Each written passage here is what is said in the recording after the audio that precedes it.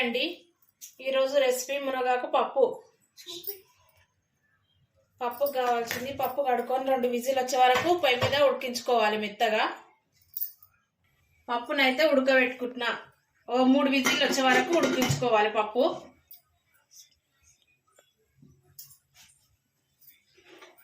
పప్పు ఉడికినాక మిగతా మునగాకు, కొత్తిమీర, కరివేపాకు శుభ్రంగా కడుక్కోవాలి. పప్పు అయితే ఉడికింది.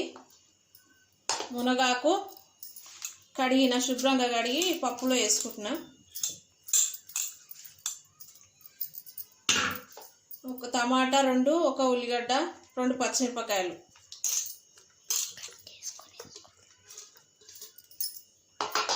కొద్దిగా చింతపండు నానబెట్టిన ఇందులోనే వేసుకుంటున్నా. కొద్దిగా జీలకర్ర.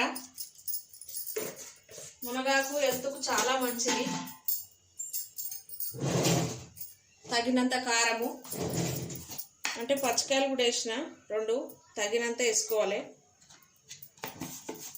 షుగర్ పేషెంట్లకు వాళ్ళకు మునగాకు చాలా హెల్త్కు చాలా మంచిది.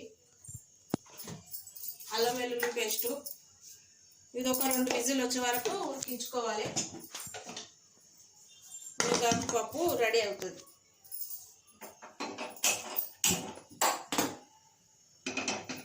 పప్పు అయితే ఉడికింది. మునగాకు పప్పు కందిపప్పు వేసుకున్నాను. శనగపప్పు కూడా వేసుకోవచ్చు, ఎవరి ఇష్టం వాళ్ళది. తాలింపు వేసుకుంటా. ఇప్పుడు నూనె వేసుకుంటున్నా. ఇంతకుముందు మనం పప్పు ఉడికింది కదా, ఉప్పు వేసి కొద్దిగా ఇలా అనాలి. తగినంత ఉప్పు. పప్పు అయితే రెడీ అయింది. ఓన్లీ తాలింపు. జీలకర్ర, ఆవాలు, ఎండుమిర్చి, తాలింపు అయితే అయ్యింది. మునగాకు పప్పు. మునగాకు పప్పు అయితే రెడీ అయింది. అన్నంలోకైనా చపాతీలోకైనా చాలా బాగుంటుంది. మీకు నచ్చినట్టయితే లైక్ చేయండి, షేర్ చేయండి, సబ్స్క్రైబ్ చేయండి ప్లీజ్.